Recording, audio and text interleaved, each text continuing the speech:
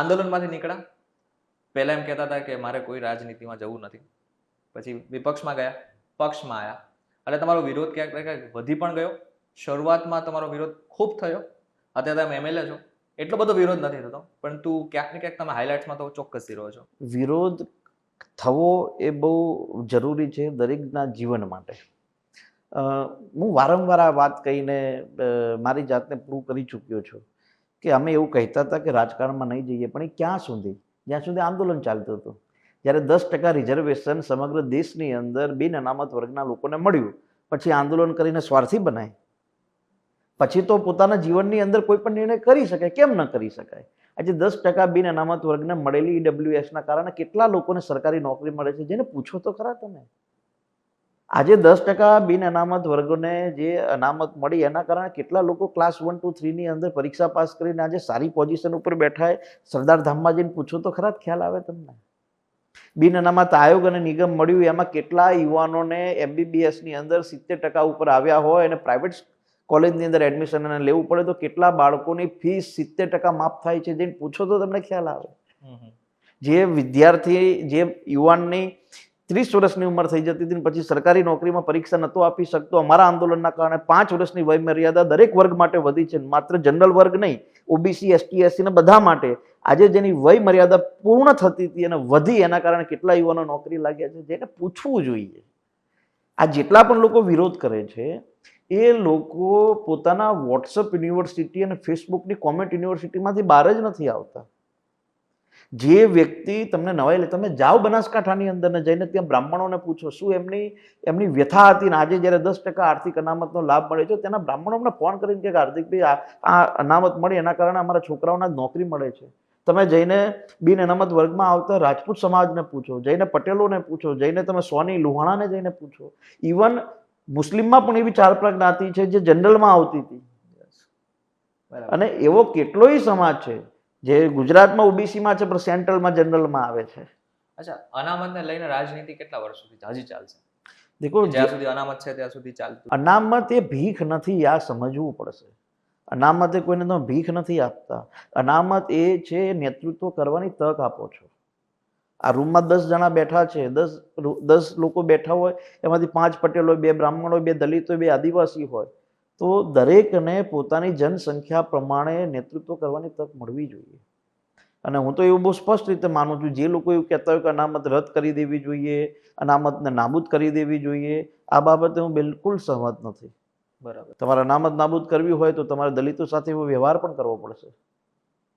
તમારે અનામત નાબૂદ કરવી હોય તો તમારે આદિવાસી જોડે વ્યવહાર એવો પ્રકારે કરવો પડશે. તમે એમને હજુ પણ એ પ્રકારે વ્યવહાર કરી રહ્યા છો, પછી તમે એમ કહો કે અનામત કાઢી નાખવી જોઈએ. તમે વ્યવહાર સારો કરી દો, પછી બરાબર બધાને ઇક્વલ લાવી દેજો. એનો કેટલા વર્ષ થશે એવું આવતા? હવે એ તો આપણા મનનો વિચાર છે, આપણા મનની વ્યથા છે કેટલા વર્ષો સુધી. હા, આપણો દેશ જાતિની વ્યવસ્થાથી બન્યો છે, એટલા માટે લોકો અહીંયા જાતિનું રાજકારણ અથવા જાતિ આધારિત વ્યથા ખતમ નહીં થાય. એ તો વર્ષો સુધી ચાલો. આની આદિ અનાદિકાળથી જાતિ વ્યવસ્થા છે, આજકાલની મેન તમે થોડી બનાવી છે. બરાબર. અચ્છા, જાતિ મતગણતરી વિશે તમારું શું કહેવું છે? દેખો, જાતિ જનગણના આપણે 2011માં વસ્તી ગણના થઈ હતી, પછી વસ્તી ગણતરી સમગ્ર દેશમાં નથી થઈ. હું બહુ સ્પષ્ટ રીતે એવું માનું છું કે આપણો દેશ જાતિઓથી બનેલો છે, એને આપણે કોઈ પણ રીતે છુપાવી નથી શકવાના. ગુજરાતમાં ચાલો આપણે ભણેલા ગણેલા એજ્યુકેટ માણસો બની ગયા છીએ, નોકરી કરીએ છીએ, એટલે કદાચ એનાથી થોડા દૂર થઈ શકીએ, પણ મૂળમાં રહેલી વ્યવસ્થાને કોણ દૂર કરશે? હજુ પણ આપણા ગુજરાતમાં ઘણા એવા સમાજો છે જે એવું ઈચ્છે છે કે સમાજમાં જ મેરેજ થવા જોઈએ, સમાજની બહાર ન જવું જોઈએ. એટલે હું એવું માનું છું કે વસ્તી ગણતરી થવી જોઈએ, અને વસ્તી ગણતરીની સાથે જો દેશની અંદર હિતાવહ હોય, યોગ્ય હોય, તો જાતિ જનગણના થવી જોઈએ. અચ્છા, લગ્નની વાત કરી રહ્યા છો, તો તમારું માનવું છે કે બીજી જાતિમાં કે બીજી જ્ઞાતિમાં કે બીજા ધર્મમાં લગ્ન કરવા જોઈએ? બંને પરિવારની સહમતિ હોય તો કરવા જોઈએ. જાતિ ધર્મ કોઈ વસ્તુ સહમતિ હોવી જોઈએ, સહમતિ હોવી જોઈએ, માતા પિતાની સહમતિ હોવી જોઈએ, પછી ભાગીને મેરેજ કરવા. છોકરાની સહમતિ હોય, છોકરીની હોય, પણ છોકરીના મા બાપની ન હોય. જે વસ્તુમાં સહમતિ ન હોય એ લાંબો સમય ટકે નહીં, અને પછી દુઃખી થવાનું આવે જે માણસે પોતાનો પરિવાર છોડીને આવ્યો હોય. છોકરી પરિવાર છોડીને આવે, છોકરો નથી જતો પરિવાર છોડીને. બહુ જ રેર કેસની અંદર એવું બને છે કે છોકરો પરિવાર છોડીને જતો હોય છે. બાકી દરેક મેટરમાં તમે જુઓ તો છોકરી પોતાના મા બાપને છોડીને આવતી હોય છે, કેમ કે એના મા બાપ તૈયાર નથી હોતા.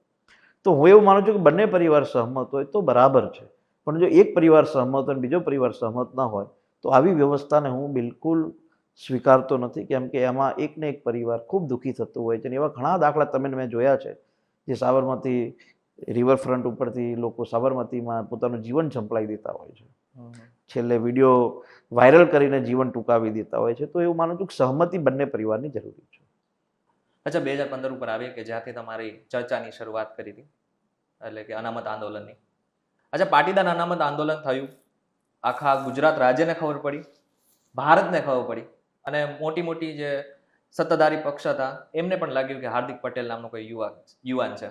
પરંતુ જે સમયે તમે પાટીદાર અનામત આંદોલનની શરૂઆત કરી હતી ત્યારે તમને લાગતું હતું કે આ બધું તો થઈ રહ્યું છે, બધું ફેમ ભાઈ મળી રહી છે, શું ફેમસ થઈ રહ્યા છે? ફેમસ થવું અને જુગાનું જુગ બની જવું એ વસ્તુ અલગ. હું બહુ સ્પષ્ટ રીતે એવું માનું છું કે મારા ફાધર 10 વીઘાની જમીનમાં ખેતી કરતા વ્યક્તિ હતા અને સર્વસિબલ પંપનો બિઝનેસ કરતા હતા. મારું પરિવાર રાજનૈતિક પરિવાર નથી, એટલે કે મારા પપ્પા કોઈ જિલ્લા પંચાયતના સભ્ય હોય, તાલુકાના સભ્ય હોય, ફલાણી પાર્ટીના પ્રમુખ હોય કે ધારાસભ્ય હોય, એવું નહોતું. હું જ્યારે પણ 2015ની અંદર આંદોલનની શરૂઆત મેં કરી ત્યારે તમને નવાઈ સાથે આજ કહું છું કે મારા ફાધરને પણ એ મેટરની નથી ખબર કે શું ચાલી રહ્યું છે. અચ્છા. હું તો અમદાવાદ રહેવા આવી ગયો, મારા મિત્રને ત્યાં રહેતો, અમે આંદોલનની રેલીઓ કરતા. અમે શરૂઆતમાં જ્યારે રિવરફ્રન્ટ ઉપર સભાની વાત કરેલી તો એ 42 વાત અમે કરેલી કે થશે એવું, રિવરફ્રન્ટ ઉપર લાખો લોકો ભેગા કરી દઈશું, પણ અમે માત્ર નિમિત્ત બન્યા હતા. ખરેખર આ જે દુઃખ પીડા હતી એ ગુજરાતમાં અસંખ્ય બિન અનામત વર્ગના લોકોની હતી. એટલા માટે અમે લોકો એ આંદોલનમાં સફળ થઈ શક્યા.